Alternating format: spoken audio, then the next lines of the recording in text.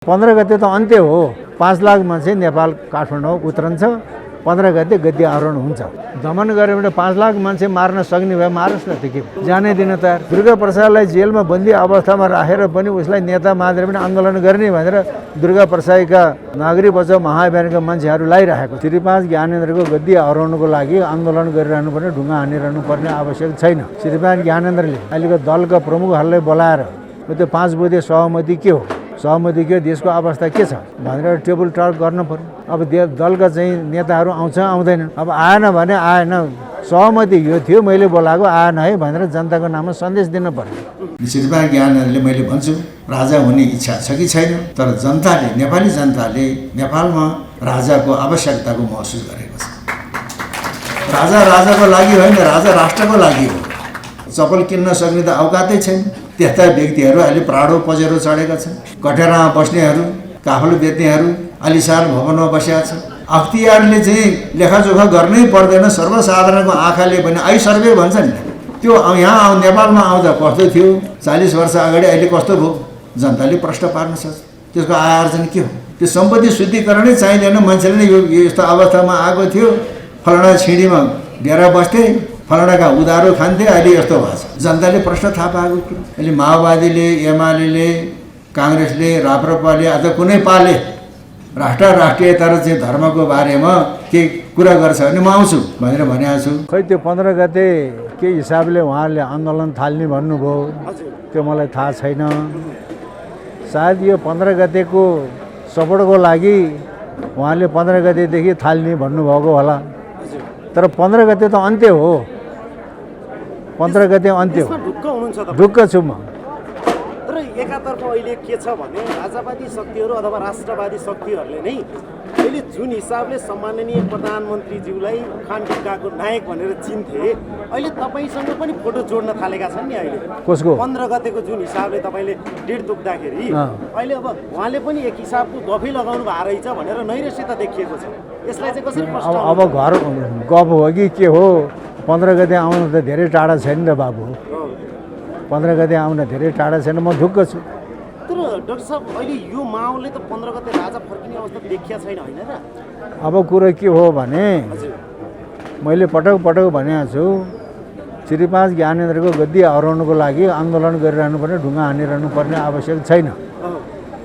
अब 2082 सालको जेठ 11 गतेदेखि श्री 5 ज्ञानेन्द्र बाहिर खुलेर आउन सक्नुपर्छ भने सडकमा आउने होइन, सडकमा आउने होइन। किनभने 2081 सालको फागुन 6 गते साँझ प्रजातन्त्र दिवसको उपलक्ष्यमा उहाँबाट एउटा आह्वान गरिबसेको छ। यदि देश धान्ने हो, देश सपार्ने हो भने मलाई सहयोग गर्न आह्वान गर्दछु भनिबक्छ नि, हो कि होइन? अब वैशाख 1 गतेको शुभ सन्देशमा अब नेपाली जनताको सदिच्छा 2082 सालमा पुरा हुनेछ भनेको छ। नेपाली जनताको सदिच्छा के हो त्यो भनिरहनु पर्छ र। नेपाली जनताको सदिच्छा पुरा हुनेछ भनिबक्छु। त्यसपछि संवैधानिक राजतन्त्र र बहुदलीय प्रजातन्त्रको विकास, त्यही हो नेपाली जनताले चाहिएको। त्यस कारणले अब 2082 सालको जेठ 11 गते श्री 5 ज्ञानेन्द्रले अहिलेको दलका प्रमुखहरूलाई बोलाएर त्यो 5 बुँदे सहमति के हो, सहमति के देशको अवस्था के छ भनेर टेबल टक गर्न पर्यो। अब दलका चाहिँ नेताहरू आउँछ आउँदैनन्। आएन भनेदेखि कुरा सुन्नुहोस् न, बोलाउनु पर्यो, आह्वान गर्नु पर्यो। अब आएन भने आएन, सहमति यो थियो, मैले बोलाएको आएन है भनेर जनताको नाममा सन्देश दिन पर्यो। आए, टेबल टक भयो, अहिलेको दलले त मान्दैन त्यो 5 बुँदे सहमति। 5 बुँदे सहमति मानेन है, यस्तो कुरा भयो, फेरि अर्को सन्देश जानु पर्यो। अनि 2082 जेठको 13 गते कुरा यस्तो भयो। अब के गर्ने त? जनताको म कुरा राख्नु पर्यो। म यसो गर्छु भन्ने होइन 13 गते। अब के गर्ने त? ल भन। यदि म राजा हुने हो भने जनताको इच्छा सदिच्छा अनुसार राजा हुन्छु, स्थिति भयो, के गर्ने भनेर भनेपछि ल महाराजले गद्दी आरोहण गरिबक्सनुपर्छ भनेर दरबारले पैसा खर्च गर्नु पर्दैन। स्वयंस्फूर्त रूपले 5 लाख मान्छे नेपाल काठमाडौँ उत्रन्छ। 15 गते गद्दी आरोहण हुन्छ बाबु। त्यही भनेपछि 15 गते 5 लाख नेपाली जनताहरू सडकमा उत्रिन्छन् र राजालाई गद्दीमा प्रवेश गराउँछन् होइन? गराउँछ। दमन गऱ्यो भने 5 लाख मान्छे मार्न सक्ने भए मारोस् न, त के मार्ने भयो मारोस्। एक हिसाबले ज्यानै दिन तयार हुनुहुन्छ। जानै दिन तयार। र जेठको 11 गते म पनि आह्वान गर्छु, हजुर ल भाइ आफ्नो खर्च खाएर काठमाडौँ आउन सक्ने जति काठमाडौँ आऊ, काठमाडौँ आउन नसक्ने आफ्नो सदरमुकाममा आऊ, सदरमुकाममा आउन नसक्नेहरू आफ्नै गाउँघरमा चाहिँ बसेर आन्दोलन गर। नेपालमा वैदिक सनातन अधिराज्य र संवैधानिक राजतन्त्रको स्थापना र बहुदलीय प्रजातन्त्रको दिगो विकासको लागि आन्दोलन गर भनेर जेठको 11 गते म पनि आह्वान गर्छु। कता फेरि दुर्गा प्रसाई बिना त यो आन्दोलन सफल हुन्न भन्छन् नि एक हिसाबका मान्छेले, त्यसलाई चाहिँ के भन्नुहुन्छ? दुर्गा प्रसाई अब नेसनल मण्डेला जेलमा बसेर उसले आन्दोलन सञ्चालन गरे हो कि होइन? हो कि होइन? त्यो पनि कता कता भूमिका दुर्गा प्रसाईको पनि छ यो। दुर्गा प्रसाईको हुनुपर्छ नि, किन नहुने? दुर्गा प्रसादलाई जेलमा बन्दी अवस्थामा राखेर पनि उसलाई नेता मानेर पनि आन्दोलन गर्ने भनेर दुर्गा प्रसाईका जुन नागरिक बचाउ महाअभियानका मान्छेहरू लगाइरहेको छ। तर डाक्टर साहब तपाईँहरूले 22 गतेदेखि जेल भराउ अभियान सुरु गर्छौँ, हाम्रा साथीहरू नछोडे, देशभक्त युवाहरू नछोडे भनिरहँदा त्यो तपाईँले पछाडि सार्नुभयो। तर अहिले चाहिँ त्यो माहौल देखिएन नि, कहिलेबाट हुन्छ त्यो? त्यो त चाहिँ अहिले तत्कालको लागि भनेर भनेको हो। अब आन्दोलनको चाहिँ नै प्रक्रिया अर्कै हुन्छ, जेल भराउको कुरा होइन। अब जनतालाई आह्वान गर्ने र सरकार पनि आफै सडकमा आउनुपर्छ भने सशरीर आउने होइन, संवाद जनतासँग दिनको एउटा चाहिँ सन्देश हुनुपर्छ। 11 गतेदेखि सरकार पनि खुलेर आउनुपर्छ। आज हामीहरू अलेक्जेन्डर द ग्रेट भनेर बडो स्वाभिमान गर्छौँ, तर नेपाल राष्ट्रका निर्माता पृथ्वीनारायण शाहलाई श्रीमान बडा महाराजा धिराज पृथ्वीनारायण शाह भन्दाखेरि नाक चेप्राउँछौँ। यो हाम्रो ज्यादै छोटापना हो। त्यतै अचेल हामी मार्क्सवाद भन्छौँ, लेनिनवाद भन्छौँ, माओवाद भन्छौँ, गान्धीवाद भन्छौँ, तर पृथ्वी विचार भन्न चाहन्न। पृथ्वी विचार भनेको पृथ्वीवाद हो। र अहिले विश्वमा ठुल्ठुला बौद्ध देशहरूमा, इसाई देशहरूमा, ठुल्ठुला विश्वविद्यालयहरूमा 2टा विषयको अध्ययन अनुसन्धान भइरहेको छ। एउटा श्रीमद् भगवत गीता, त्यहाँको भाषा, प्रस्तुति, दर्शन। क्रिस्चियनहरूले अध्ययन गरिरहेका छन् कस्तो दर्शन दियो भनेर। एउटा श्रीमान पृथ्वीनारायण शाहको दिव्य उपदेशको बारेमा अनुसन्धान भइरहेको छ। त्यस्तो एउटा चाहिँ पहाडी मुलुकको एउटा व्यक्तिले ती विशाल अङ्ग्रेज साम्राज्यलाई कसरी परास्त गर्न सक्यो, कसरी सिखी गर्न सक्यो, त्यसको नीति के थियो, आर्थिक नीति के थियो, सामाजिक नीति के थियो, परराष्ट्र नीति के थियो, सांस्कृतिक नीति के थियो भनेर अध्ययन गरिरहेको छ। तर हामीले वास्तव छैन। अहिले छिमेकी देश भारतको आसामको विश्वविद्यालयमा श्रीमान पृथ्वीनारायण शाहको उपदेशको अध्ययन हुन्छ, तर नेपालको विश्वविद्यालयले त्रिभुवन विश्वविद्यालयले त चिनेन, नेपाल संस्कृत विश्वविद्यालयले पनि चिनेको छैन। यो हाम्रो दुर्भाग्य हो। तर अहिले फेरि अर्को कुरा के भन्छन् भने अहिले पृथ्वीनारायण शाहको उपदेश भनेर बजारमा जुन आएको छ त्यो त राजा महेन्द्रले योगी नारायणलाई भनेर योगी नारायणनाथले आफ्नो कल्पनाले बनाएको कुरा हो भन्छन्। विरोध गर्ने के भन्छ? अब यो दस्तावेज श्रीपाद पृथ्वीनारायण शाहका सेनापति बडावीर शिवराम सिंह बस्नेतका छोरा आइमान सिंह बस्नेतको घर काठमाडौँ केलोटोलको तिलङ्गा भवनमा भगतमान सिंह बस्नेतको घरमा फेला परेको। योगी नारायणले फेला पार्नुभयो, प्रकाशित गर्नुभयो। त्योभन्दा पहिले थाहा थिएन। अहिले यसको मूल पाण्डुलिपि कहाँ छ त? राष्ट्रिय अभिलेखालयमा छ। अब त्यो योगी नारायणले आफ्नो कल्पनाले लेखेको हो कि आदिम कालको हो?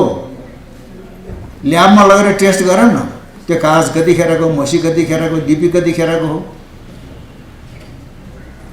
साइन्टिफिक टेस्ट गरौँ त ल्याबमा लगेर, त्यसरी थाहा हुन्छ। र 3 सहर नेपाल र 9 लाख किराँत हिन्दूपतिको देश अर्जेपछि श्री 5 बडा महाराज र पृथ्वीनारायण शाह आफ्नो जीवनको अन्तिम पटक नुवाकोट पाउ लाग्नुभयो। आफ्ना थर घर भाइ वर्दा गुरु पुरेत र आफ्ना दादा सुरत सिंह राणा मगरको समक्षमा आफ्नो जीवनको जुन घटलाग्दा कुराहरू भन्नुभयो, त्यसैलाई आज हामी श्री 5 पृथ्वीनारायण शाहको उपदेश, दिव्य उपदेश भन्छ। त्यहाँ त उपदेश पनि छैन, दिव्य उपदेश पनि छैन। त्यहाँ पछिल्लो समयमा बुढा महाराज भनेको छैन, बडा महाराज पनि भनेको छैन। बुढा महाराजले भनेका कुरा भनेको छैन। तर त्यो बुढा महाराज हाम्रा बडा महाराज हुन् र त्यो कुरा होइन, उपदेश हो, दिव्य उपदेश हो। र नेपालमा जुनसुकै राजनीतिक व्यवस्था आओस्, श्री 5 पृथ्वीनारायण शाहको दिव्य उपदेशले नेपालको राज्य व्यवस्थामा र निर्देशिक सिद्धान्तको काम गर्दछ। त्यो पनि बुझ्नुपर्छ। अब मार्क्सवाद के हो, पृथ्वीपथ के हो? मार्क्सवाद भनेको भौतिक द्वन्द्ववाद। त्यसैले कार्ल मार्क्सले के भने भन्दाखेरि वर्ग सङ्घर्षको आधारमा वर्गविहीन समाजको सृजना गर्नुपर्छ। त्यो राम्रो। वर्गविहीन समाज, त्यहाँ कारखानाका मालिक पनि छैन, मजदुर पनि छैन, सबै समान छ। वर्गविहीन समाज राम्रो। तर वर्गविहीन समाजको सृजनाको लागि वर्ग सङ्घर्षै हुनुपर्छ त। वर्ग समन्वयबाट वर्गविहीन समाजको सृजना हुन सक्दैन। हामीले 2019 सालको नेपालको संविधान पढेका छौँ। निर्दलीय पञ्चायत व्यवस्थाको निर्देशिक सिद्धान्त के हो? ती निर्देशिक सिद्धान्तमध्ये महत्त्वपूर्ण सिद्धान्त वर्ग समन्वयको आधारमा वर्गविहीन समाजको सृजना गर्नु। उता वर्ग सङ्घर्षको आधारमा वर्गविहीन समाजको सृजना गर्नु भन्छ, द्वन्द्व हो। यता वर्ग समन्वयको आधारमा वर्ग शोषणरहित समाजको सृजना गर्नु, त्यो हो पृथ्वीपथ, पृथ्वी विचार, पृथ्वीवाद। र श्री 5 पृथ्वीनारायण शाहले देश जोगाउनको लागि, राज्य जोगाउनको लागि राजालाई सचेत गराउने जिम्मा नागरिकलाई सुम्पेको छ। बुढा मरे भाका सरे भनी भन्छन्, तिमीहरू छेउ सुनाइ गए, तम्रा सन्तानलाई सुनाउनु, तम्रा सन्तानले हाम्रा सन्तानलाई सुनाउनु र यो राज्य थामी खानन् भनेको छ। राजाले सतर्क गराउने, सचेत गराउने दायित्व जनताको, राज्य थाम्ने दायित्व राजाको। अहिले श्री 5 ज्ञानेन्द्रलाई नेपालको राजा हुन मन छ कि छैन, त्यो उहाँ मौसुब सरकार आफ्नो खुसी। तर अहिले नेपाली जनताले, हामीले नेपालमा राजाको महसुस गरेका छौँ। पृथ्वीपथ भनेको यो हो महाराज। नेपालको धर्म, संस्कृति, गौरव गार्थ, आदर्श, मर्यादा यो हो महाराज। राज्य थामी बक्सोस्, राज्य भड्खालोमा जान लाग्यो भनेर हामीले पृथ्वीपथको बारेमा चर्चा पर्चा गऱ्यौँ। तर श्री 5 ज्ञानेन्द्रको नयाँ वर्षको सन्देशमा पृथ्वीपथको कुरा आएको हुनाले अहिले पनि जसले पनि पृथ्वीपथ पृथ्वीपथ पृथ्वीपथ। तर भरत बस्नेतजी पृथ्वी विचारको लागि समय पनि खर्च गर्नुभयो, धन पनि खर्च गर्नुभयो। मैले धन खर्च गर्न सकिनँ, तर पृथ्वीपथ भनेको, पृथ्वी विचार भनेको यो हो। यसको व्याख्यिक प्राज्ञिक काम मैले गर्थेँ, भौतिक काम उहाँले गर्नुहुन्थ्यो, प्राज्ञिक काम मैले गरेको थिएँ। त्यसैले राष्ट्र निर्माणको लागि, राष्ट्रलाई धान्नको लागि, राज्यको अस्मिता जगाउनको लागि राजाले सचेत गराउने जिम्मा श्री 5 पृथ्वीनारायण शाहले जनताले दिएको छ। र अहिले हामी श्री 5 ज्ञानेन्द्रलाई सचेत गराउन सबै दुनियाँ हामी लागेका छौँ। श्री 5 ज्ञानेन्द्रले, मैले भन्छु, राजा हुने इच्छा छ कि छैन, तर जनताले, नेपाली जनताले नेपालमा राजाको आवश्यकताको महसुस गरेको छ। राजा राजाको लागि होइन, राजा राष्ट्रको लागि हो। अब यसमा अलिकति तुलनात्मक अध्ययन पनि हुनुपर्छ। अफिमले ढुनमुनिएको त्यो चीनलाई अहिले यो अवस्थामा कसले ल्यायो? माओ त्से-तुङले ल्यायो। माओ त्से-तुङका दुईटा आधार, चीनलाई समृद्ध बनाउने माओ त्से-तुङका दुईटा आधार, एउटा नौलो जनवादी अर्थतन्त्र, एउटा सांस्कृतिक क्रान्ति। पहिले नौलो जनवादी अर्थतन्त्र थिएन, पहिले जनवादी अर्थतन्त्र। जनवादी अर्थतन्त्र भनेको कस्तो रहेछ भन्दाखेरि कम्युनमा गएर बस्ने, लङ्गरमा गएर भात खाने, छाउनीमा गएर सुत्ने, आफ्नो भन्ने त केही पनि छैन, बडा निरस जीवन हो। अपनत्व भनेको केही पनि छैन, सम्पत्तिमाथि आफ्नो केही हकदारी छैन भनेपछि ओहो, जनवादी अर्थतन्त्रले त कम्युनिजमको संस्थागत विकास हुन सक्दैन, यो होइन रहेछ भनेर नौलो जनवादी अर्थतन्त्रको विकास गरे माओ त्से-तुङले। त्यसमा जनताको पनि के सम्पत्तिको हक अधिकार हुने। नौलो जनवादी अर्थतन्त्र के हो त भने आफ्नो देशमा विदेशी साहु महाजनहरूले व्यापार गर्न नपाउने, कल कारखाना खोल्न नपाउने र आफ्नो देशको धन विदेशमा लगेर लगानी गर्न नपाउने, आफ्नो देशको धन आफ्नै देशमा लगानी गरेर व्यापार उद्योग धन्दा चलाउने, उत्पादन बढाउने, उत्पादनको निकास गर्ने, त्यहाँबाट वैदेशिक धन आर्जन गर्ने। माओ त्से-तुङको नौलो जनवादी अर्थतन्त्र यही। त्योभन्दा 250 वर्ष अगाडि श्रीपाद पृथ्वीनारायण शाहको आर्थिक नीति के थियो? देशका महाजनलाई गढपर्सा भन्दा माथि आउन नदिनु, देशका महाजन आयो भने मुलुक कङ्गाल गरी छाड्छन्, आफ्ना देशका जिनिस बुटी निकासी गर्नु, नगद खुइन्छन्। त्यही भने त माओ त्से-तुङको नौलो जनवादी अर्थनीति। अनि पृथ्वीनारायण शाहको जुन आर्थिक नीति थियो त्यसका 250 वर्ष पछाडि माओ त्से-तुङले नौलो जनवादी अर्थनीति भनेर चीनमा लागू गरे। त्यस कारणले माओ त्से-तुङको प्रेरणाको स्रोत पृथ्वीनारायण शाहको चाहिँ दिव्य उपदेश हेरौँ, माओ त्से-तुङको क्रियाकलाप हेरौँ। अर्को सांस्कृतिक क्रान्ति। सांस्कृतिक क्रान्तिको नाममा माओ त्से-तुङले डाङ्गा र डुङ्गा पुराना चिजबिजहरू सबै भत्काइदिए, लथालिङ्ग बनाइदियो। तर अहिले चीन बिउजेको छ, पुराना कुराहरूलाई फाल्न हुँदो रहन्छ भनेर आजभन्दा कति वर्ष अगाडि विश्व ओलम्पिकको आयोजना भयो थियो चीनमा। एउटा रङ्गशाला बनाए चराको गुँड, त्यो चराको गुँडमा चिनिया सभ्यता र संस्कृतिको झलक त्यहाँ देखाएको छ। एकातिर खेल देखाएको छ, यता झलक देखाएको छ। हामीले हाम्रो प्राचीन सभ्यता र संस्कृति मासेका छैनौँ है भनी देखायो। सांस्कृतिक क्रान्ति भनेको के हो भन्दाखेरि आफ्नो अभियानमा आफ्नै केही पुराना संस्कार संस्कृति र मान्यताले बाधा पार्छ भने त्यसलाई नमान्ने, त्यो सांस्कृतिक क्रान्ति। श्रीपाद पृथ्वीनारायण शाह सपनामा पनि लडाइँ गर्ने, उसले फुर्सदै छैन। आफ्नो छोरालाई हेरचाह गर्ने फुर्सदै भएन, रानीहरूसँग बसेर चाहिँ गफ गर्ने फुर्सदै छैन।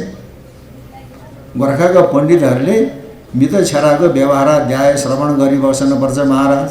आज पनि त्यही, भरे पनि त्यही, भोलि पनि त्यही, अहिले फुर्सद छैन।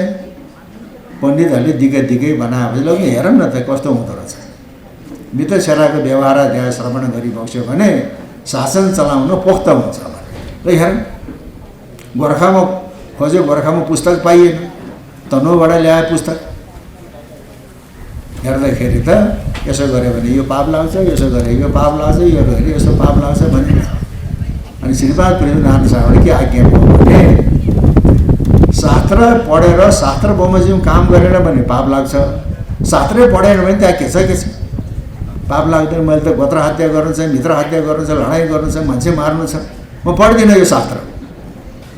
पण्डितहरूले सिफारिस गरेको शास्त्रको श्रवण गरिबसेन, त्यो सांस्कृतिक क्रान्ति। गोत्र हत्या गर्नु छ, आटिकाका खान र शाहहरू भारद्वाज गोत्र हत्या गर्नुपर्छ भनेर काशीमा गइकन भारद्वाज गोत्र त्यागेर काशी गोत्र ग्रहण गरिबक्स्यो, त्यो सांस्कृतिक क्रान्ति। अब लडाइँ कसरी गर्छ त? दुश्मनले दुश्मनको विक पोइन्ट थाहा पाउनुपर्छ, त्यही अट्याक गरेपछि जितिन्छ। गोर्खाली खस बाहुनहरू भात खाँदाखेरि लुगा काटेर भात खाने, लुगै समेत भात खाने चलन छैन।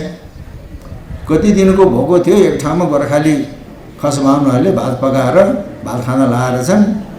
ढाल खोडा एकातिर, लुगा एकातिर, एउटा धोती एउटा लङ्गोटी लाएर भात पकाएको छ।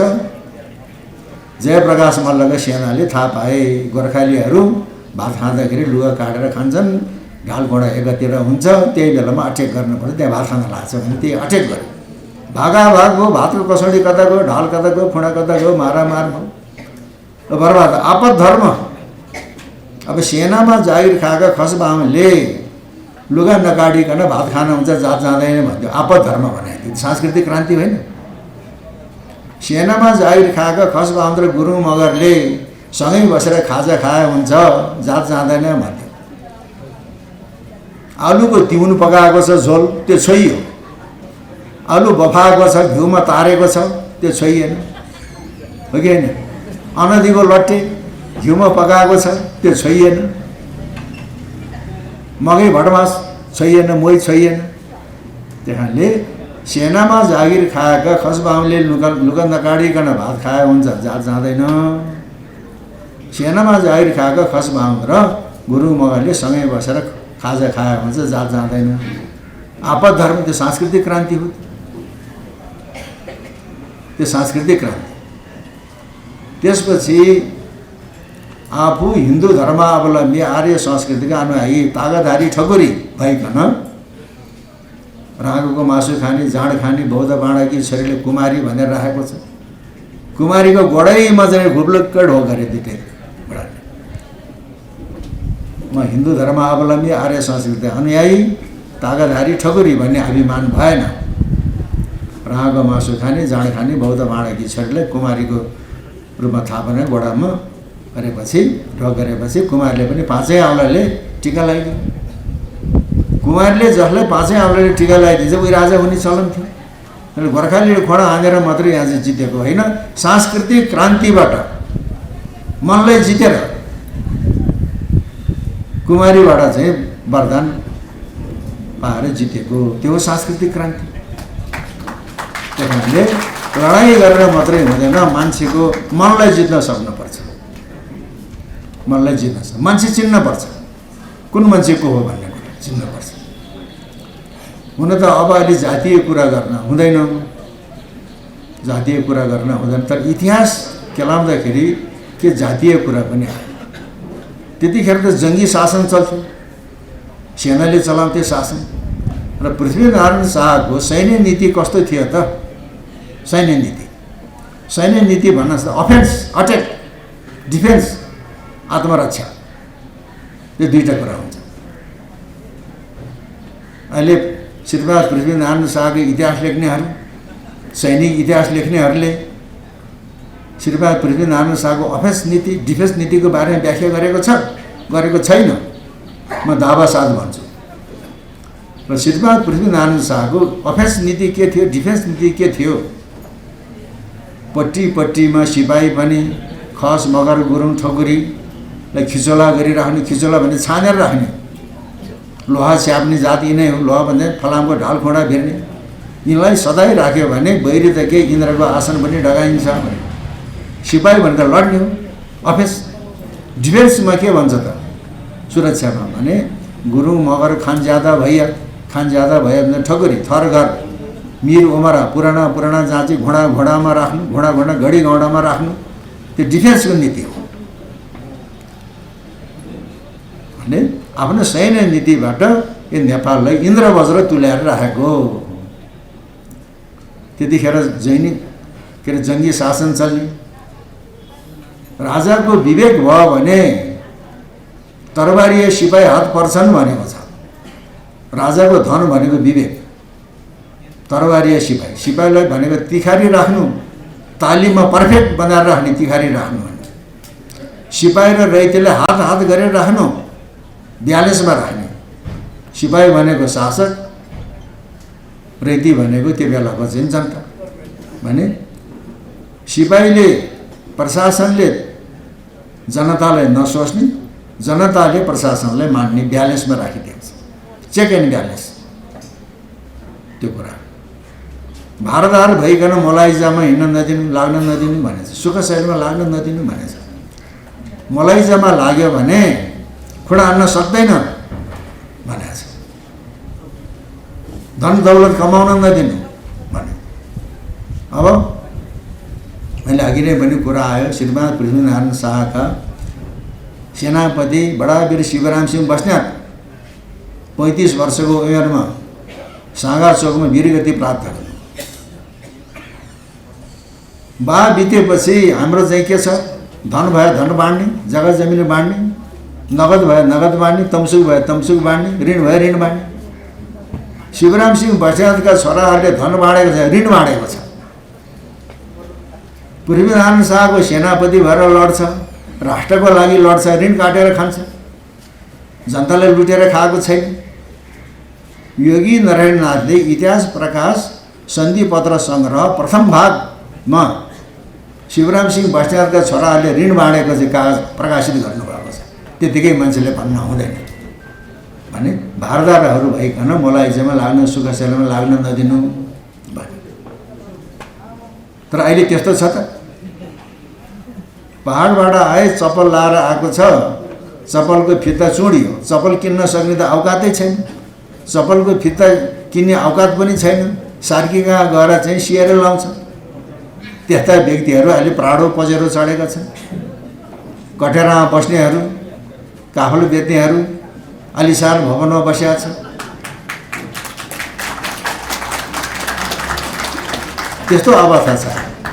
अख्तियारले चाहिँ लेखाजोखा गर्नै पर्दैन, सर्वसाधारणको आँखाले पनि आई सर्वे भन्छन् नि, सर्वे त्यो यहाँ नेपालमा आउँदा कस्तो थियो 40 वर्ष अगाडि, अहिले कस्तो भयो जनताले प्रश्न पार्न सक्छ। त्यसको आय आर्जन के हो? त्यो सम्पत्ति शुद्धिकरणै चाहिँदैन। मान्छेले नै यो यस्तो अवस्थामा आएको थियो, फलाना छिँडीमा डेरा बस्थे, फलानाका उधारो खान्थे, अहिले यस्तो भएको छ। जनताले प्रश्न थाहा पाएको कुरो। त्यही कारणले अहिले सबै सुखशैल र मलाइजामा लागेको छ। अनि अर्को कुरो, जनता चेतनशील हुनुपर्छ भनेको छ। मेरा साना दुःखले आर्जिएको मुलुक होइन, सबैको फुलबारी हो भनेको छ। यो गोर्खा राज्य हो भनेको छ र यो मेरो राज्य हो भनेको छ। सबैको फुलबारी हो भनेको छ, मेरो राज्य हो भनेको छ, गोर्खा राज्य भनेको छ। मेरा साना दुःखले आर्जिएको मुलुक होइन, सबैको फुलबारी। सबैलाई चेतना भयो अनि सबैले थाहा पायो भनेको होइन, सबैमा चेतना भयो भने यो फुलबारीका छोटा बडा सबै जातले यो असली हिन्दुस्तान हो, आफ्नो कुलाधर्ममा रहनु भनेको छ। असली हिन्दुस्तान भनेको के हो त? नेपाल र भारतको धार्मिक आस्थाको केन्द्र एउटै, संस्कृतिको अन्तर्वस्तु एउटै। तर अहिलेको इन्डिया, अहिलेको भारतमा त्यो प्राचीन भारतवर्षीय चरित्र पाइँदैन। त्यो प्राचीन भारतवर्षीय चरित्र नेपालमा छ। भारतमा किन हरायो? अहिले काशी पढ्न जान्छ तर त्यहाँ छैन प्राचीन भारतवर्षीय चरित्र। किन? यमनले राज्य गर्यो, कृष्णले राज्य गर्यो, हरायो। जस्तो सत्यनारायणको पूजा गर्ने पुस्तक भारतको पनि त्यही हो, नेपालको मधेसको पनि त्यही हो, काठमाडौँको नेवारको पनि त्यही हो, पहाडको बाहुनको पनि त्यही हो। तर पहाडको बाहुन क्षेत्रीको सत्यनारायणको पूजा गर्ने विधि कस्तो हुन्छ? दिनभरि भोकै बस्ने, लिङ्गा गाड्ने, रातभरि सत्यनारायणको पूजा गर्ने, त्यही होइन? मधेसमा छ त्यस्तो, भारतमा छैन। अहिले चाहिँ श्रीमद् भागवत महापुराण त व्यापारमा गयो। पहाडतिरको चाहिँ भागवत लगाउने चाहिँ कस्तो चौका, राजाको सिंहासन, ब्राह्मणको व्यासासन। सिंहासनमा कसैले छुन पाइन्छ? पाइँदैन। व्यासासनमा कसैले छुन पाइन्छ? छुन पाइँदैन। उपाध्याय ब्राह्मण मात्रै बस्ने हो त्यहाँ। त्यहाँ त कर्ताले पनि छुन पाइँदैन चौकामा। त्यो घेरो लगाएर तह तहको घेरो बनाउँछ। त्यस्तरी भागवत मनाउने चलन नेपालमा पनि हराइसक्यो। भारतीय संस्कृतिले खिच्यो। भगवान्लाई त ऊ तल राख्छ, माथि बादशाही पण्डित बस्छ, एउटा घोडामा चाहिँ टालेको जिनको पाइन्ट लगाएर एउटा तोरणी, त्यो बादशाहीको मूलको कानमा गएर खुसखुस खुसखुस भन्छ। मोमो खाएर आएको कि 4 दिन कि रजवती हो कि 3 दिन हो कि कस्तो, केही छान पहिचान नै छैन। त्यो नेपालको मर्यादा हो, त्यो हिन्दू मर्यादा हो, वैदिक सनातनको मर्यादा हो, त्यो छैन। अहिले नेपालमा पनि भारतीय संस्कृतिले किच्यो। त्यही कारणले एउटा उदाहरण सत्यनारायणको पूजा कुन विधिले गर्ने हो, त्यो नेपालको पहाडमा छ अझै पनि। सप्ताह कसरी लगाउने हो, त्यो नेपालमा त्यो प्राचीन भारतवर्षीय चरित्रलाई नेपालले धानेर राखेको छ। तर त्यसमा पनि अहिले अतिक्रमण हुन थालेको छ, हाम्रो परम्परामा चाहिँ। त्यस कारण यो असली हिन्दुस्तान हो, हिन्दुत्व जोगाएर राखेको छ। त्यो कुरा हामीलाई थाहा छैन। जस्तो अमेरिकाका राष्ट्रपति बाराक ओबामा राष्ट्रपति छँदा सिङ्गापुरमा G20 को शिखर सम्मेलन भयो। त्यतिखेर टर्कीका प्रधानमन्त्री डाक्टर अहमद, टर्की भनेको इस्लाम राज्य, अहमद पनि इस्लाम, उसले के भन्छ, Nepal is the centre of spirituality in the world भन्छ। India is the centre of spirituality in the world भन्दैन। एउटा इस्लामिक देशका एउटा इस्लामले Nepal is the centre of spirituality in the world भनेको छ। त्यो अहमदले भन्नुभन्दा पहिले पृथ्वीनारायण शाहले भनिसकेको थियो असली हिन्दुस्तान हो भने। र श्रीमान पृथ्वीनारायण शाहले के भनेको थियो पछि पछि भन्न थाले। त्यो र कुनै बेला रुसको एउटा ध्रुव, अमेरिकाको एउटा ध्रुव, दुईवटा ध्रुवमा खेमा भन्ने थिए विश्व। अब साँडेको जुदाई बादशाहको मिसाई भन्ने भन्छ। असंलग्न परराष्ट्र अमेरिकाको ध्रुवमा पनि नलाग्ने, रुसको ध्रुवमा पनि नलाग्ने असंलग्न परराष्ट्रहरूको निर्माण हो एउटा सङ्गठन। असंलग्न परराष्ट्र नीतिका देशहरूको नेता को त श्रीमान महेन्द्र।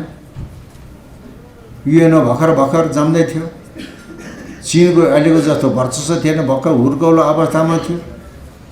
भारतले के भन्यो, नेपाल स्वतन्त्र राष्ट्र हुँदैन, यसलाई चाहिँ युएनओको चाहिँ सदस्यता दिन हुँदैन भन्यो भारतले। तपाईँलाई थाहा होला, थाहा नभए थाहा पाउनुहोस्।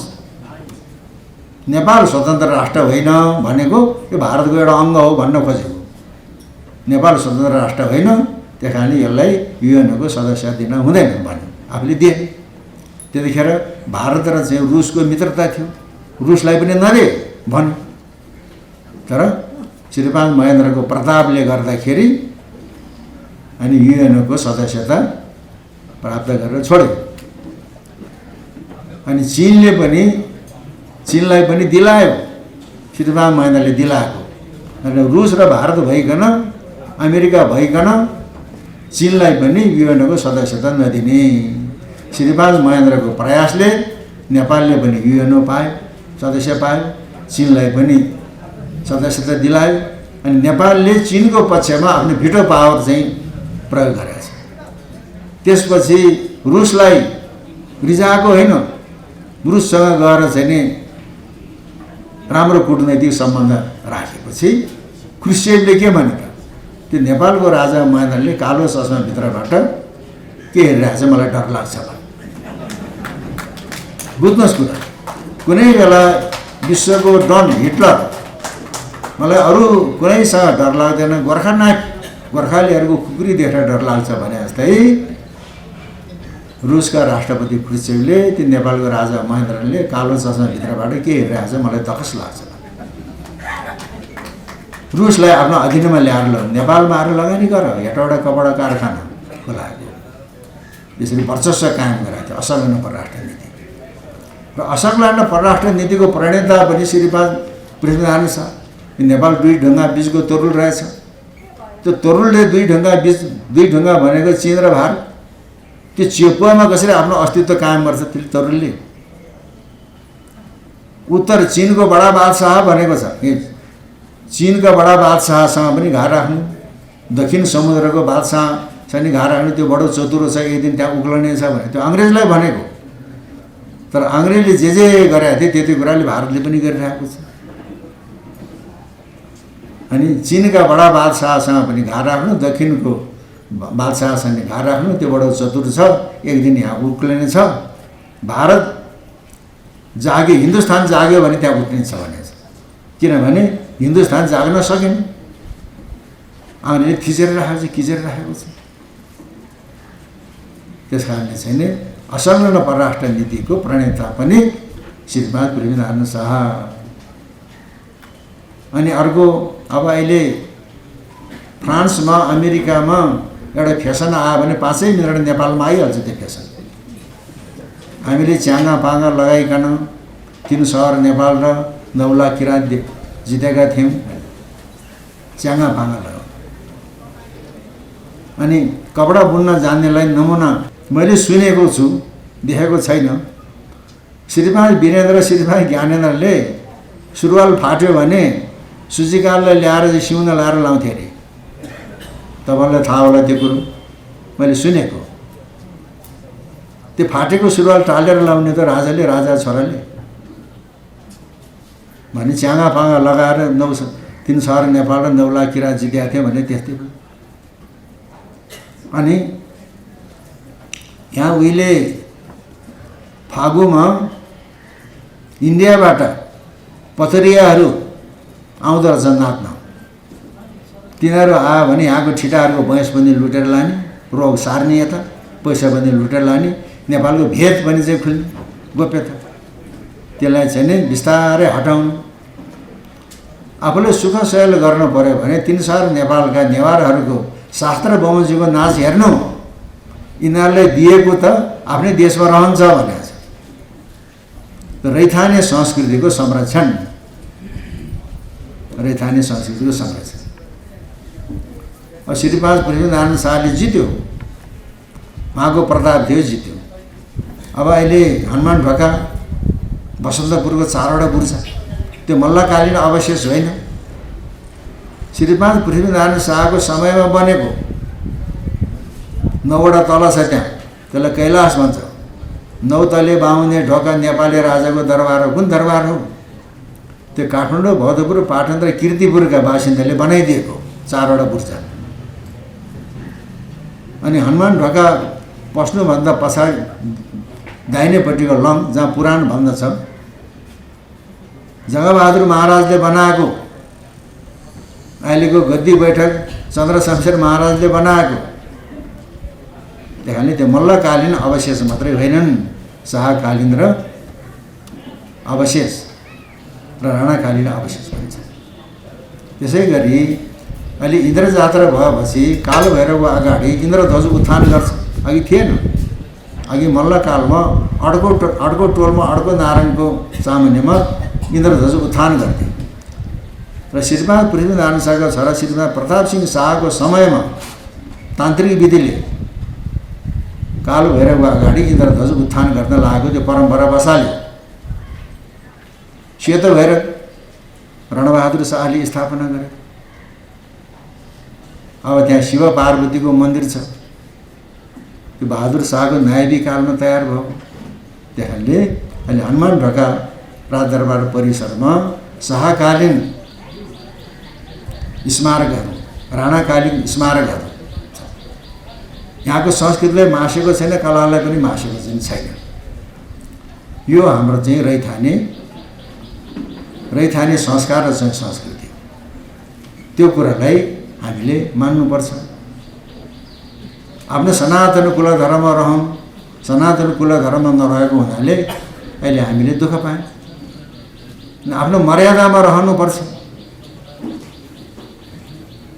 सल्यानकोटकी माई धादिङकोबाट साक्षात कि छन् रे, जाँदाखेरि ढोकासम्म पुगे, पुजारीले भित्र त पुजारी टहलोलाई मात्रै प्रवेश छ महाराज, भित्र पस्न पाइँदैन भने।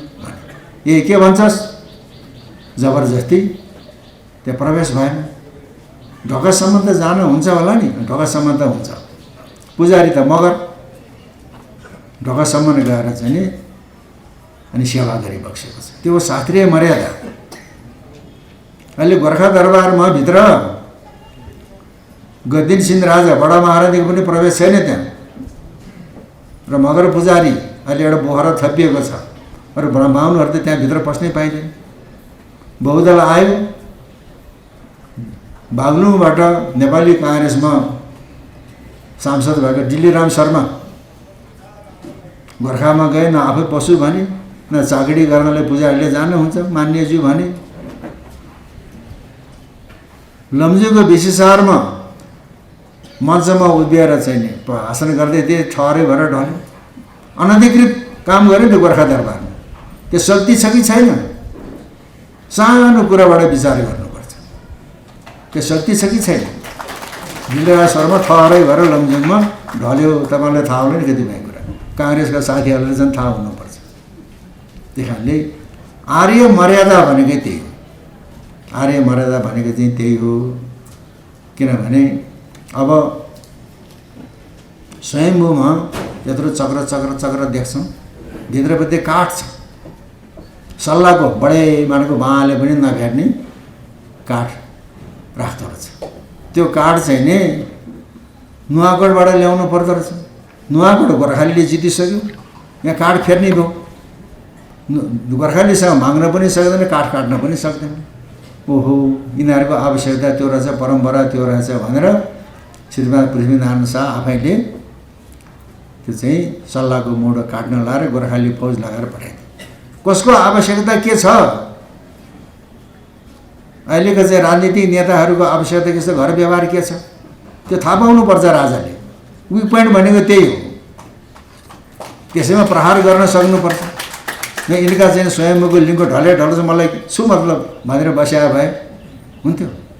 काठ ल्याएपछि ओहो भनेर गोर्खालीप्रति श्रीमान पृथ्वीनारायण शाहप्रति नेवारहरूको श्रद्धा विश्वास बढ्यो। यहाँ सम्यक पूजा हुँदो रहेछ बौद्ध परम्परा अनुसार। गोर्खाले नाकाबन्दी लगाएको छ। यहाँ सम्यक पूजा हुन सकेन। जितेपछि किन सम्यक पूजा नगरेको? पूजा गर भनेर सम्यक पूजा नगर्ने गुठीका थकालीहरूलाई दण्ड गरेछ। सम्यक पूजा गराएको छ, संरक्षण गराएको छ। त्यही कारणले थितिको पनि संरक्षण गराएको, रीतिको पनि संरक्षण गराएको छ। यदि श्रीमान पृथ्वीनारायण शाहको समयमा सिन्धुलीगढीको युद्धमा अङ्ग्रेजले पछार्न नसकेको भए नेपालको मानचित्र भिन्दै हुन्थ्यो। मानचित्र भिन्दै हुन्थ्यो। अङ्ग्रेज काठमाडौँमा ओर्लन्थे, तिब्बतलाई जित्थे, चिनलाई पनि जित्थे। तगारोमा कसले रोक्यो? गौडो। श्रीमान पृथ्वीनारायण शाहको समयमा अनि नेपाली सेनाले रोक्यो। उखान के छ त? भोटेको बल, बुद्धिसुद्धि चाहिँदैन, शरीरले ठेलेर लैजाने। अङ्ग्रेजको कल भन्यो कल झगडा होइन, मिसनरी पाठ बुर्जा। गोर्खालीको छल, गुरिल्ला युद्ध गर्ने। गुरिल्ला युद्धद्वारा हराइदियो। कुनै बेलामा चाहिँ नि बेलायतको अङ्ग्रेजी शासन, अङ्ग्रेजी साम्राज्यमा घाम अस्ताउँदैन धेरै। त्यस्ता विशाल अङ्ग्रेजी साम्राज्यलाई र डाँडाको चाहिँ त्यतिखेर काठमाडौँ जितिसकेकै थिएन। एउटा गोर्खाली सेनाले खुकुरीको भरमा अङ्ग्रेजले परास्त गरिदियो। त्यहाँदेखि माथि सातो गयो, किराई बहिरी झारै बहिरी भयो, यता च्याउनै सकेन, परास्त भयो। त्यही कारणले यो पृथ्वीनारायण शाहको नीति कि इन्टेलिजेन्स कस्तो हो, किन यसरी अनुशासित भए, त्यसको बारेमा अध्ययन हुँदैछ पृथ्वीनारायण शाहको बारेमा। तर हामी वास्ता गर्दैन। त्यही कारणले यदि हामी पृथ्वी पथको आधारमा टेकेर अगाडि बढ्ने हो भने यो हाम्रो रैथाने स्थिति हो। त्यसो भन्दा फेरि अहिलेको आधुनिकीकरणलाई पनि हामीले समावेश गर्नुपर्छ। तर मुख्य चुरो कुरो पृथ्वी पथलाई टेकेर हामीले आफ्नो आर्थिक नीति, सामाजिक नीति, सांस्कृतिक नीति, पराष्ट्र नीति र घाघरासको कुरा र जनमतको आधारमा शासन गर्नुपर्छ शासकले भनेको छ। दुनियाँ जसबाट खुसी छन् कझै त्यसैलाई दिनु भन्यो। पृथ्वीनारायण शाहको प्रिय पात्र त विराज बखेती। विराज बखेती भने कोही मगर हो भन्छ, कोही छेत्री हो भन्छ, तर उसको शाखा सन्तान होइन। यहाँ दहचौकतिर हामी बखेती हौँ, विराज बखेतीको सन्तान। एउटा छेत्रीहरू मसँग ठोकिन आएको थिए, तर त्यसै चापेर आएन। पृथ्वीनारायण शाहको प्रिय पात्र विराज बखेती लमजुङसँग सन्धि गर्न गए चेपेघाटमा। यो कुराले लमजुङसँग सन्धि गर्नुपर्छ भनेर पृथ्वीनारायण शाहको मनमा थियो। कालुपाँडे राजाभन्दा अगाडि सर्व। किनभने आरार पनि काम नगर्ने अधम, आरार काम गर्ने मध्यम, आरामले नहराइकन राजाको जय कल्याणको लागि, राष्ट्रको कल्याणको लागि आफ्नो मनज्ञानले देखेर काम गरेर कार्य सिद्ध गर्छ, त्यो उत्तम। हामी उत्तम वर्गमा पर्नुपर्छ। राजाले आरार मात्रै राजाको घरको खर्च खाएर मात्रै हामी क्रियाशील हुने होइन, हामी उत्तम वर्गमा गर्नुपर्छ। मेरो मनमा जुन कुराले लम्जुसँग घाव बाँध्ने भनेको थिएँ, पृथ्वीनारायण शाह बोल्ने भने कालु बाँधे, त्यो वाक्य बोलेर अनि घाव बाँध्यो। मलाई त खुसी बनायो। दुनियाँ जोसँग राजी छन् उसलाई कजाइदिनु भनेर चाहिँ के भन्छौ भन्दाखेरि कालु पाँडेलाई कजाइदियो भने हामी खुसी हुन्छौँ भने गोर्खा जनता। गोर्खालीले त माने। 2224ले के भन्छ जनमत बुझ्दाखेरि कालु पाँडेलाई कजाइदियो भनेदेखि हामी बिचको चाहिँ नि सन्धि सम्झौता राम्रो होला भने जनमतको आधारमा आफूले प्रिय लाग्ने व्यक्ति विराज बखेतीलाई कजाइ नदिकन कालु पाँडेलाई कजाइदिएको छ। जनमतको आधारमा शासन चल्नुपर्छ र आफ्नो प्रिय पात्रलाई शासन दियो भनेदेखि त्यो फेल खान्छ। त्यहाँले पृथ्वीपद भनेकै जनमतको आधारमा शासन गर्ने, जनताले जे चाहे त्यो कुरा गर्ने। किनभने त्यो नर भनेको जनता हो। त्यो जनता खुसी भयो भने नारायण हुन्छ, त्यो जनता रिसायो भने नरसिंह हुन्छ। त्यसैले मारिदिन्छ। त्यसले नर नारायण जनता जनार्दन। राजाले जनइच्छाअनुसार शासन चलाउने, जनताले राजालाई मान्ने, अन्यन्याश्री सम्बन्ध।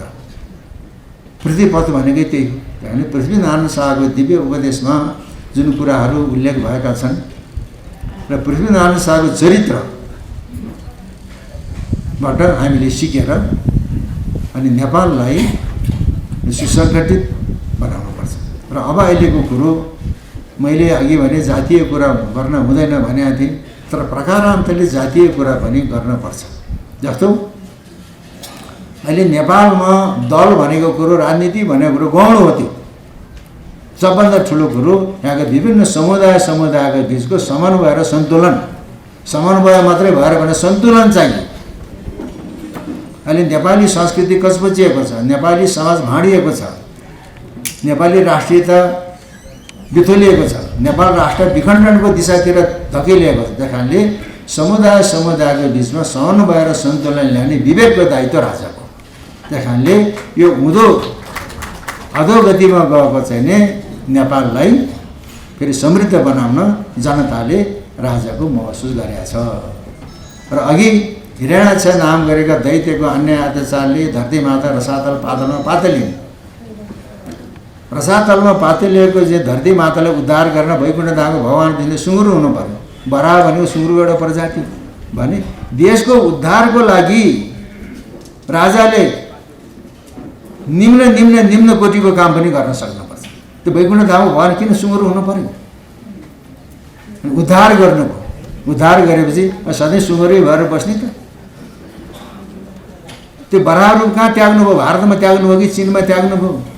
नेपालको कौशिकी पोका तीर्थमा बराह रूप त्यागेर दिव्य स्वरूप धारण गरेर वैकुण्ठ पदार्थ।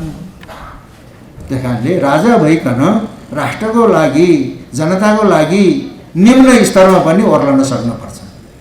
सुरिलो जाने बाँसेको लिङ्गो भुइँ छोयो टुप्पल अनि बल्ल ठुलो हुन पाइन्छ। त्यहाँले अब हामीले नरनारायण जनता जनार्दन, नरनारायण र जनता जनार्दनको समन्वय नै पृथ्वीपथ हो। यसको बारेमा त जति बखाने पनि हुन्छ, तर अब यहाँ कतिपय अब ज्येष्ठ नागरिकहरू पनि हुनुहुन्छ। त्यस कारणले अब बेलामा औषधि खान पर्ने, पानी खान पर्ने, यताउति छिटो पुग्नु पर्ने। फेरि आज चण्डी पूर्णिमा, बुद्ध जयन्ती हो, हाम्रो घरमा दिवाली पूजा इत्यादि इष्टमित्रहरू पनि होला। त्यस कारणले अब यस्ता कुराहरू पनि हामी गर्दै जाउँला। र मैले अस्ति नै भने, अहिले माओवादीले, एमाले, काङ्ग्रेसले, राप्रपाले अथवा कुनै पाले राष्ट्रियता र चाहिँ धर्मको बारेमा के कुरा गर्छ भने म आउँछु भनेर भनेको छु। अब यहाँबाट चाहिँ सगुन लावती बाबुले अब यो चाहिँ 3 गते शनिबार राप्रपाले पनि कता आफैको नि पृथ्वीपद सम्बन्धी एउटा गोष्ठी गर्ने, तपाईँ आइदिनुहोस् है। म आउँछु, किन नआउने भनेको छु। यदि चाहिँ राप्रपाले गरेको कार्यक्रम हो भनेर उपेक्षा नगर्नुहोस्। राप्रपाले आयोजना गर्यो त्यो त पृथ्वीपद सम्बन्धी चर्चा हो नि त। म जान्छु, तपाईँहरू पनि आउनुहोस्।